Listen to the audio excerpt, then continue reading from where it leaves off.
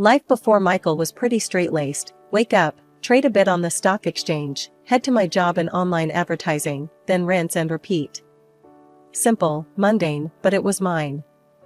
I always figured that someday I'd add a family to the mix: husband, kids, the whole shebang. I met Michael at a seminar for amateur traders. He was a speaker, all confidence and broad smiles, talking about big moves in the real estate market. After his talk, we ended up at the same coffee station. Strong coffee, strong investments, right? He joked, pouring himself a cup. Something like that. But I usually go for less volatile stocks myself, I replied, trying to sound more savvy than I felt. Oh, playing it safe, huh? I like taking a bit more risk, he said with a wink. That wink should have been my first warning, but who was I to know? We started seeing each other, and things moved fast, swept up in romance and the excitement of it all. He was 10 years older, had his life figured out, or so it seemed. Loads of charm, money, and promises that came easy to him. About a year into our whirlwind romance, Michael popped the question on a chilly evening, right there on the balcony of his fancy high-rise apartment. "Marry me, Sarah. I want all my tomorrows to start with you," he said, holding out a ring that was frankly too flashy for my taste. But who was I to complain? It felt like a dream. 2 days before the wedding, Michael dropped another surprise, just as we were finalizing our dinner menu. "We need to talk about something, Sarah. It's important," he said, serious all of a sudden. "Sure, what's up?" I asked, figuring it was just some last-minute guest list drama. "I think we should sign a prenuptial agreement," he said, avoiding my eyes. "A prenup? Now? 2 days before the wedding?" I was shocked, feeling a mix of hurt and confusion. "Why didn't you bring this up before?" "It's just practical, Sarah. It's not about us, it's about protecting what we've got. You know, just in case. I've got a lot tied up in real estate, and you're doing well with your trading. It's just standard stuff. My lawyer drafted something up. He says it's pretty standard, protects both of us." His casual dismissal stung. "Standard for who, Michael? Your lawyer? I don't even have one." "Look, he's a good guy. He'll take care of everything, even talk you through it." "On me, of course. I'll pay for it," he added quickly, as if that would smooth everything over. I remember standing there in his kitchen, feeling like a complete outsider in what was supposed to be my future home, with my future husband who suddenly seemed like a stranger. But I was too deep in, too embarrassed to call anything off, and honestly, too scared to start over.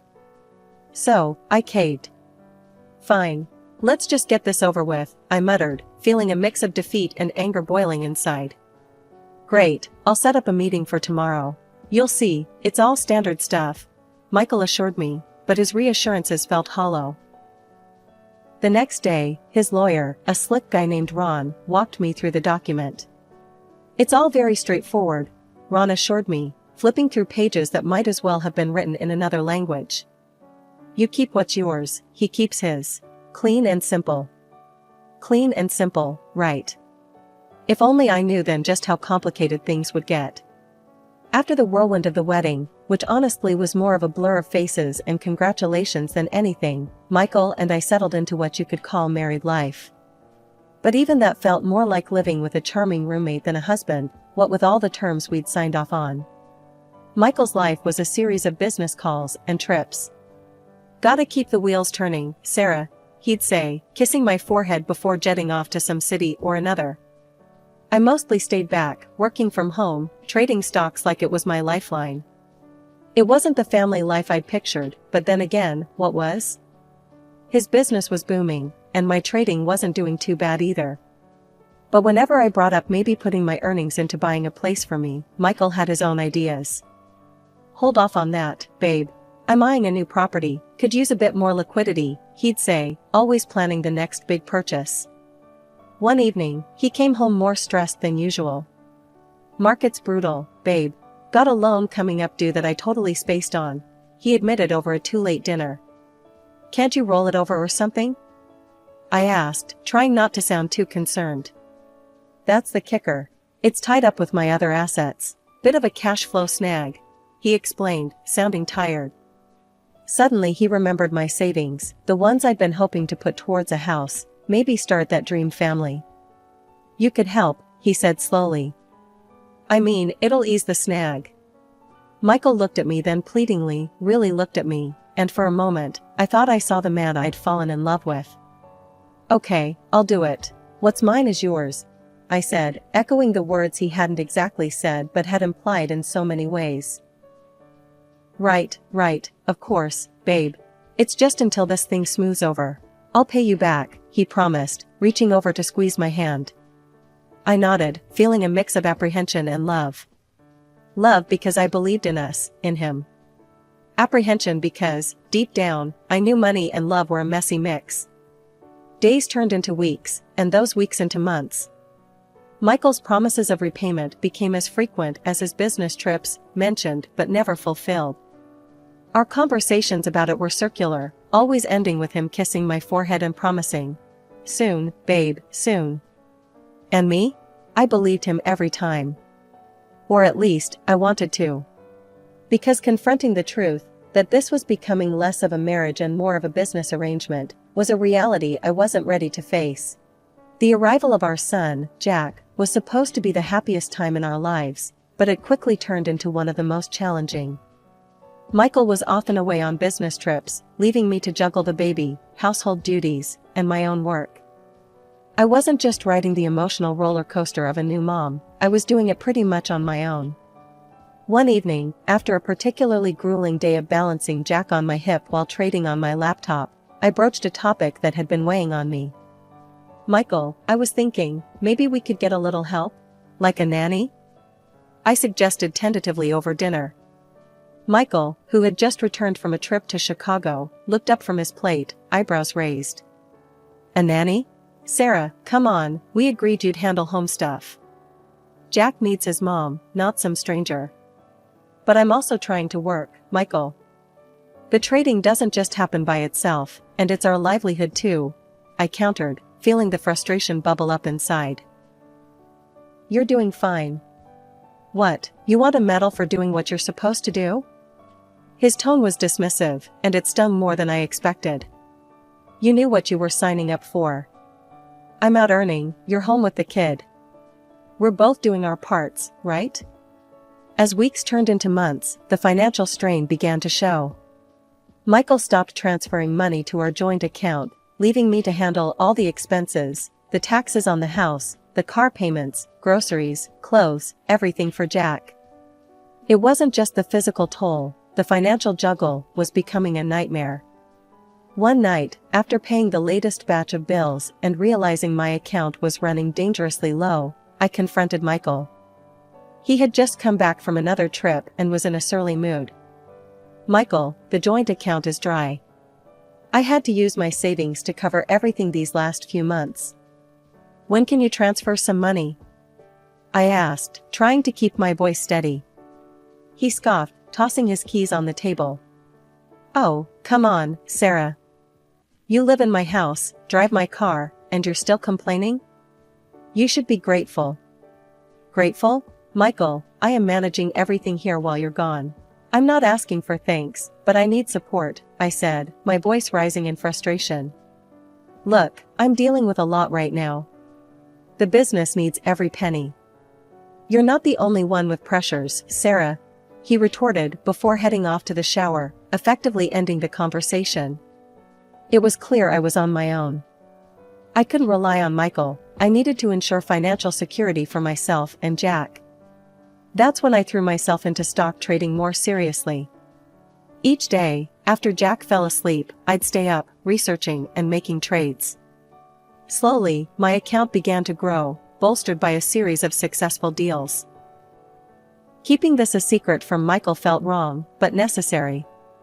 He had made it clear that his money was his. Well, mine would be mine. I set up a separate account he didn't know about, moving my trading profits there. It was the only slice of independence I felt I could cling to. Jack was growing up fast, and with him, the daily logistics were becoming more complicated. The old car we had was barely hanging on, not nearly spacious enough for his stroller and all the paraphernalia that seemed necessary whenever we stepped out the door. One morning, while Michael was sipping his coffee and scrolling through his phone, I brought up the topic. "I need a new car, Michael. The trunk in this one just isn't cutting it for Jack's stuff." He didn't look up from his screen. "And you're telling me this why? Planning to make me pay for it?" "No, I've got it covered. I've been saving up from trading," I replied, trying to keep my voice even. That got his attention. His eyes narrowed as he put down his phone. "Oh, you've got money, huh? Well, that's great because I need some cash. The business could use a boost right now." I couldn't believe what I was hearing. "Again with the money? What about the money I lent you before? You promised to pay that back, and you haven't. I need a car for Jack, not to sink more into your endless business needs." He shrugged, a smirk forming. "Business is what keeps us living in style, Sarah. You should know that by now. Help me out, and I'll get you a new car later." I stood my ground this time. "No, Michael. No more. I need to take care of our son. I'm buying the car with or without your help." For a moment, he looked shocked, like he couldn't believe I was defying him. Then his expression hardened. "Fine. How about this? If you're so set on this path, maybe we shouldn't be together. You want to split? Because trust me, you won't get a dime in the divorce. Remember that prenup you signed?" His words were like a slap. I knew the prenup was there, but his threat to use it so bluntly was still a shock. "If that's how you see our marriage, then maybe a divorce is the best thing," I said quietly, the reality of our crumbling relationship hitting me all at once. "Fine by me. But remember, you leave with what you came with, nothing. And you'll need to find a new place to live. Consider this your 3-day notice," he said coldly, pulling out a drawer and tossing the prenuptial agreement on the table between us. I glanced at the document, the unfairness of it all burning in my chest. "You think you can just throw me and Jack out like we're nothing? I've been here through everything, supporting you, never asking for anything more than what I put into this family." He laughed, a harsh sound that echoed in the empty room. "You think any of that matters? I've got the best lawyers. Don't try to fight me, Sarah. You'll lose. And don't think about taking anything from here, or I'll sue." Packing was a blur of tears and determination. I collected mine and Jack's belongings, leaving behind everything that Michael could claim as his. I wasn't going to give him any reason to come after me legally. The apartment I found was small, but it was ours, and it was close to Jack's kindergarten, which made life a little easier. Every day, as I walked him to school, I felt a bit more grounded, a bit more like I could do this, raise my son and rebuild our lives. The stock market became my sanctuary and my battlefield. I traded with a ferocity born of necessity, the need to provide for Jack and keep us afloat without any help from Michael. Nights were the hardest, after Jack went to bed and the world quieted down. That's when the doubts and the loneliness crept in. But every time I wanted to give in to despair, I'd look at the numbers climbing in my account, and I'd find the strength to keep pushing. Divorce proceedings were as cold and swift as Michael's farewell. The prenuptial agreement held up, leaving me with nothing but child support, which was a pittance compared to what Michael made. He fought dirty, too, throwing around threats to take Jack if I pushed for any of the money I'd lent him for that so-called urgent loan. It was during one of those mornings, dropping Jack off at kindergarten, that I met Laura. She was the mother of Emily, a little girl with a wild mop of curls and a laugh that could light up a room. Laura and I hit it off immediately, often finding ourselves chatting long after the kids had scampered off to their morning activities. One sunny afternoon, as we watched our kids play, Laura turned to me, her expression curious. "You always seem so together, Sarah. How do you do it?" "I mean, I struggle and it's just me." I shrugged, my eyes on Jack, who was busy constructing a sandcastle. "I guess you just learn to cope, you know? Keep pushing through." We talk about everything and nothing, movies, books, our wild dreams of vacations in exotic places. But I never brought up Michael or the divorce. That part of my life was locked away, a chapter one was determined to close. One day, as we watched Jack and Emily scramble up the steps of a slide, Laura nudged me gently. You know, if you ever need to talk about anything, I'm here. Us single moms have to stick together. I smiled, the warmth from her offer spreading through me. Thanks, Laura. That means a lot. After a particularly good day on the stock exchange, I felt a rare surge of optimism. Maybe it was the adrenaline from the win, or maybe I just needed a change of scenery from the usual routine. Whatever it was, I called up Laura and suggested dinner at a new restaurant downtown. Sounds like a celebration is in order. What's the occasion? Laura asked as we settled into our seats at the chic, softly lit venue. Just a good day at work, I replied, trying to keep it casual, but inside I was buzzing. It felt like things were finally looking up. As we sipped on our drinks and chatted about mundane things like kindergarten antics and weekend plans, I felt the weight of the past months lighten a bit. But just as I was beginning to relax, a familiar voice chilled the air around us. Well, if it isn't Sarah. Looking a bit rough, aren't we? Michael's voice was unmistakable. I looked up to see him standing there, smirking, with a woman clinging to his arm. I felt my face flush, a mix of embarrassment and anger. Michael, I greeted stiffly, wishing the earth would swallow me whole. And this is Vanessa, my fiancée. Isn't she just stunning? Vanessa gave a tight-lipped smile, eyeing me up and down with thinly veiled disdain. Yes, Michael always did have a taste for, well, never mind. Nice to meet you, Sarah. Michael leaned in, lowering his voice, though not his malice. Seriously, Sarah, you look like you've aged a decade. What happened to you? I remained silent, not trusting myself to speak without my voice shaking. Laura, however, was not about to let it slide. Sarah's doing just fine, better even. Looks to me like life's treating her well. Michael snorted, giving me a final sneering look before turning away. Come on, Vanessa, let's leave the past where it belongs. After they left, Laura turned to me, her expression a mix of concern and anger. What was that all about? He's awful. And who talks like that? Taking a deep breath, I filled her in on the brief version of my marriage, the high hopes, the prenup, the threats, the fallout. Everything spilled out in a low, hurried stream. Laura's eyes widened with every detail. Sarah, why didn't you tell me you were dealing with all that? And a prenup? I'm a family lawyer, you know. I want to see that prenup. There could be something there, some way to challenge it. A few days later, I was in Laura's office, handing over the dusty documents that had sealed my fate. She pored over them with a furrowed brow, her pen flying over the pages as she made notes. Sarah, there are several issues here, she finally said, looking up from the papers. First, this was signed too close to the wedding. It's a pressure tactic. Second, you didn't have independent legal advice, which is huge. And third, he didn't disclose all his financial obligations, like that loan you ended up covering. That's misrepresentation. My heart raced as she laid out each point. It means, Laura continued with a smile, that we might just be able to challenge this. We've got a real shot here, Sarah. Sitting in the cold, stark courtroom, my hands were trembling, despite my best efforts to appear calm.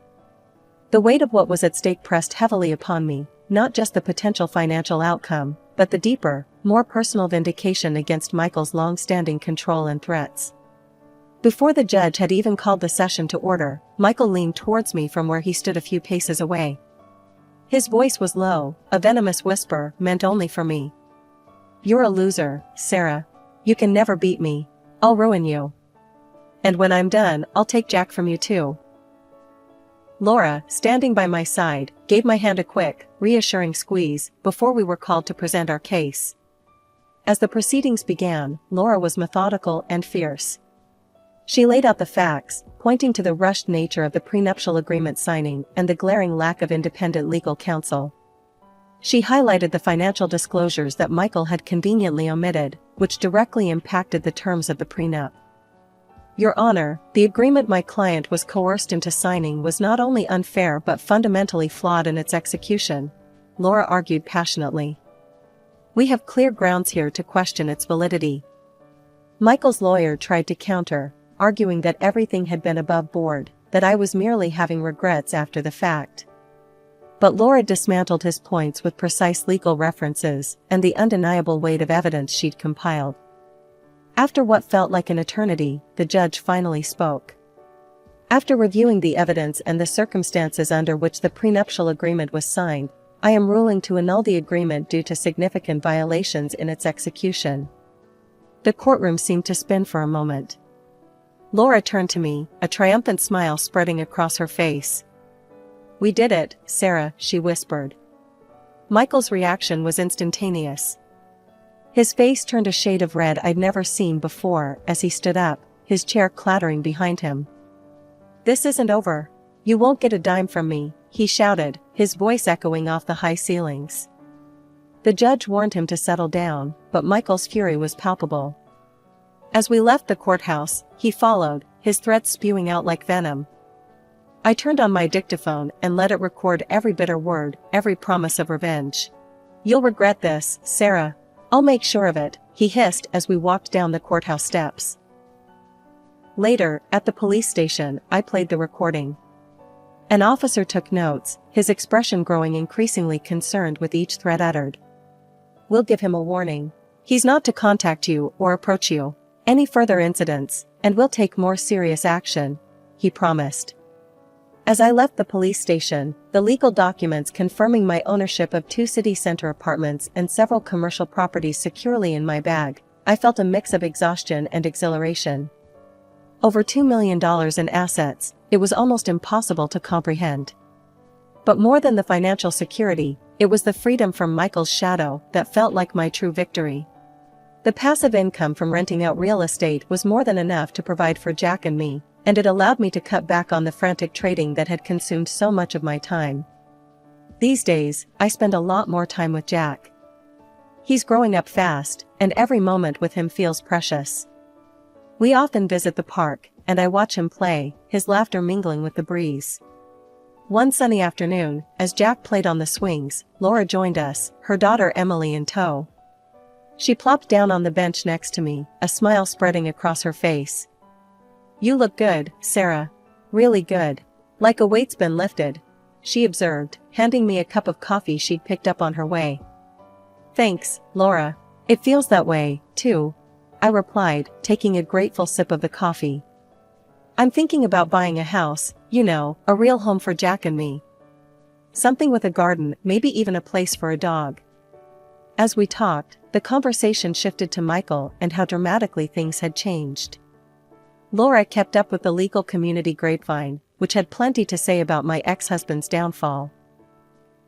Word is, Michael's not doing so well. His new fiancée, Vanessa, left him, and a lot of his business partners have pulled back. They don't want to be associated with his reputation after the trial, Laura said, not hiding her disdain. I nodded, not surprised, but relieved I was no longer part of that drama. I heard about Vanessa. Can't say I'm surprised she didn't stick around. Michael's true colors are hard to live with. The idea of Michael's downfall didn't bring me joy, but there was a sense of justice in seeing someone who had done so much harm finally face the consequences of his actions. I was just glad to be out of the storm and into calmer waters. Our conversation drifted to lighter topics, upcoming school events, vacation plans, and community activities. Normal life stuff, the kind I had longed for during all those tumultuous years. Later that day, after Emily and Laura had left, Jack and I walked home, his small hand in mine. "Mom, can we really get a dog?" he asked, his eyes wide with hope. "Yeah, buddy, we can." I smiled down at him. "We'll have a big yard for him to play in, and you can help pick him out." Jack's excitement was infectious, and as we talked about what kind of dog we might get, I felt an overwhelming sense of gratitude for the new life we were able to build. It was a far cry from the uncertainty and strife of the past years. I no longer looked over my shoulder, worried about what Michael might do next. Instead, I looked forward, to house viewings, to Jack's laughter filling a home that was truly ours, to new memories made in a garden under the sun, and to the simple joy of picking out our new dog.